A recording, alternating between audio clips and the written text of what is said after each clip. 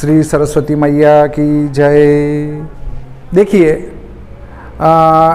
एक निष्पत्ति, एक सूत्र आता है, वो कहते हैं कि ज्यामिति से सिद्ध कीजिएगी।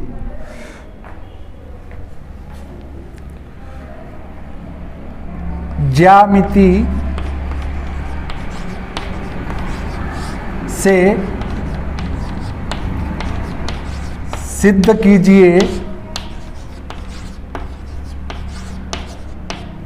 कि क्या साइन की घात 2 थीटा धन कास की घात 2 थीटा बराबर 1।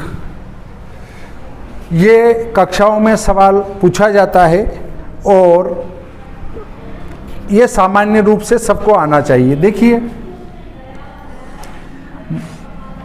ये एक कोई समकोण त्रिभुज है ABC। माना कोई त्रिभुज ABC समकोण त्रिभुज है, समकोण त्रिभुज है। ये एक समकोण त्रिभुज है, इसमें हमने कुछ भी नया नहीं किया। एक त्रिभुज लिया, उसका एक कोण समकोण है, जिसका कोण B बराबर 90 डिग्री। समकोण का अर्थ है 90 डिग्री। जिस त्रिभुज का कोई एक कोण 90 डिग्री हो वह समकोण त्रिभुज कहलाता है। ठीक है। अब देखिए, इसमें पाइथागोरस प्रमेय से त्रिभुज ABC में पाइथागोरस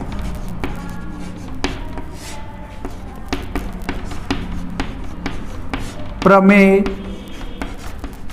से, त्रिभुज ABC में पाइथागोरस प्रमेय से क्या होता है? आधार का स्क्वायर धन लंब का स्क्वायर बराबर 1। आधार की घात 2 धन लंब की घात 2 बराबर 1। यहां कोई दिक्कत नहीं है। अब देखिए, अगली स्टेप में चलते हैं। तो इसमें आधार क्या है हमारा? AB की घात 2। ये आधार है, ये लंब है, ये कर्ण है। लंब है BC और कर्ण है AC। तो धन BC लंब की घात 2 बराबर कर्ण AC की घात 2।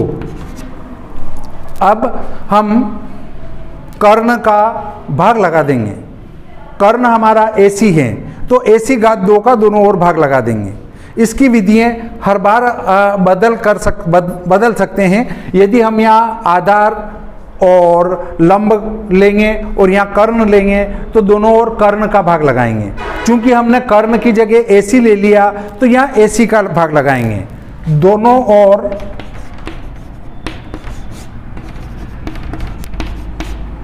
AC घात 2 का भाग लगाने पर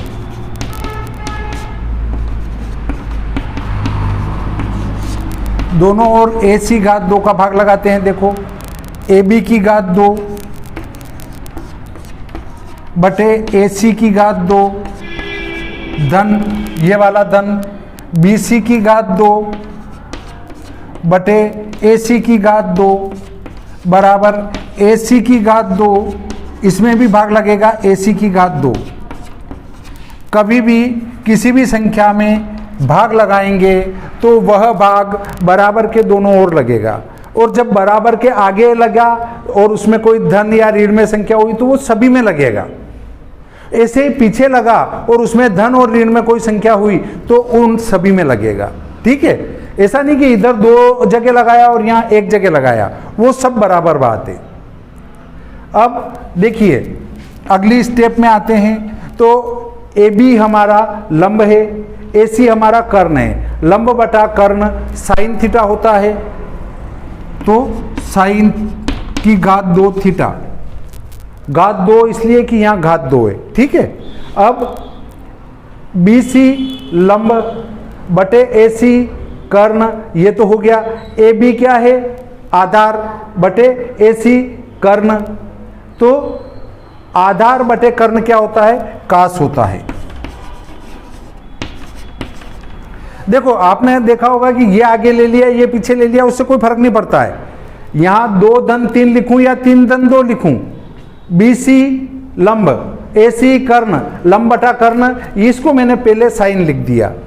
अब इसको मैं पीछे लिख रहा हूं, पीछे बराबर के पीछे नहीं जा सकता है, यहीं आगे आगे पीछे हो सकता है। तो इसको मैंने कर दिया लंब आधार, आधार बटा कर्ण कॉस, ये कास हो गया।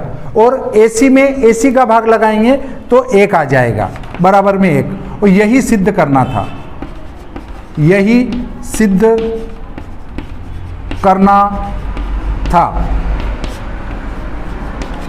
अब देखो यहां तक तो सभी में लिखेंगे, ठीक है, यहां तक सभी में होगा।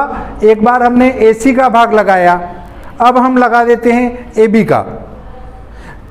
अगला सूत्र बनेगा इससे, वो भी इसी प्रकार हम सिद्ध करेंगे, परंतु यहां पर भाग लगाएंगे हम AB का। तो AB की घात 2 बटे AB की घात 2 धन BC की घात 2 बटे AB की घात 2 बराबर AC की घात 2 बटे AB की घात 2 इंप्लाइज, मतलब अगली स्टेप AB 1 हो गया, ये 1 धन BC क्या है? लंब, और बटे AB आधार, लंब बटा आधार क्या होता है? 10। तो ये 10 की घात 2 बराबर AC कर्ण बटा AB आधार। कर्ण बटा आधार क्या होता है? कर्ण बटा आधार क्या होता है? सेक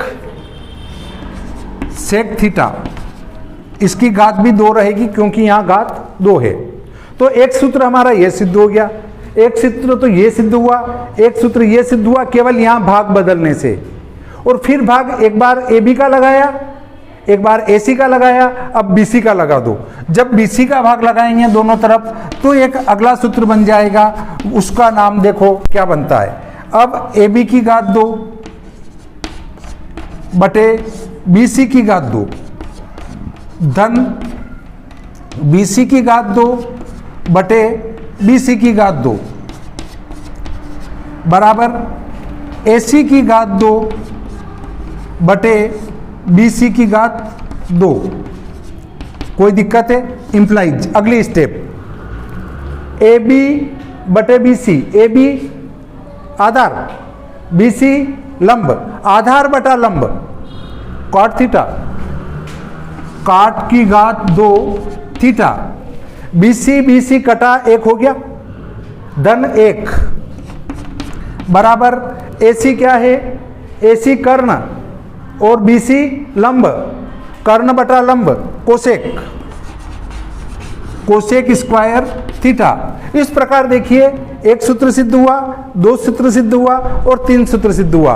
इन तीनों में से कोई भी सिद्ध करना आए तो यहां तक तो स्टेप सब में एक जैसी रहेगी और यहां आकर भाग बदल देंगे।